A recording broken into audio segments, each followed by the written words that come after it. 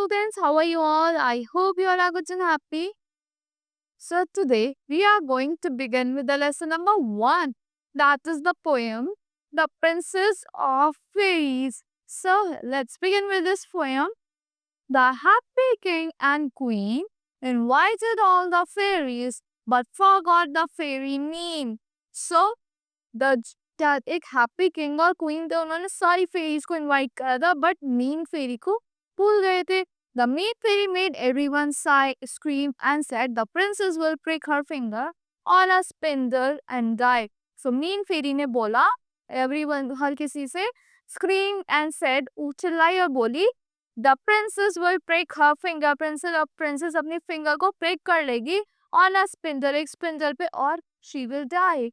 Will sleep for 100 years but not die. वो 100 साल के लिए सो जाएगी बट वो die नहीं होगी. Said the youngest fairy with tears in her eyes. Youngest fairy के इसकी eyes में tears थे, वो रोते रोते कह रही थी. Now the spindle was left on the hand, rendering alone. The princess saw an old woman with a spindle in her hand. So now the spindle was left on her hand. कोई भी spindle उसके बचा नहीं था उसके land पे. Rendering alone. मतलब वो घूमती रही, ढूंढती रही. The princess saw an old women, उसने एक ओल्ड वुमेन को देखा एक स्पिंडल के साथ, उनके हैंड में स्पिंडल था. The princess ran to the show it to her mother. Princess लेके भागी अपनी मदर के पास दिखाने के लिए. She fell and pricked her finger, वो गिर गई और अपनी फिंगर को प्रिक कर लिया. And could not move any further, और फिर थोड़ा सा भी आगे नहीं बढ़ पाई. Princess Rose but now became the sleeping beauty. Princess अब क्या बन गई थी? एक स्लीपिंग ब्यूटी बन गई थी.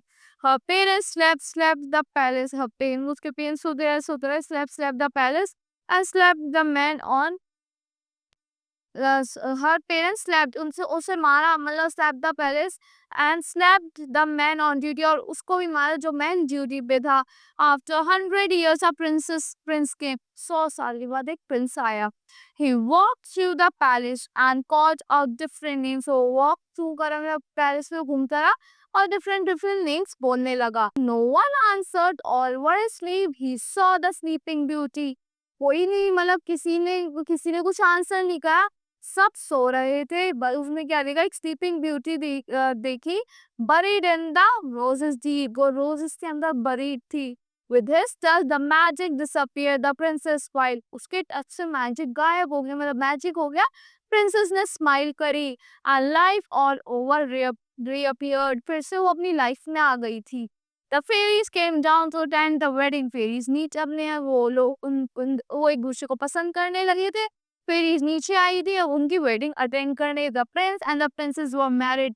प्रिंस और प्रिंसेस मैरिड हो गए थे, उन्होंने शादी कर ली थी. And that was a happy ending. So ये हैप्पी एंडिंग की पोएम की. So that's all for this poem. I hope you like the explanation of this poem. Thank you and have a good day. See you in the next class.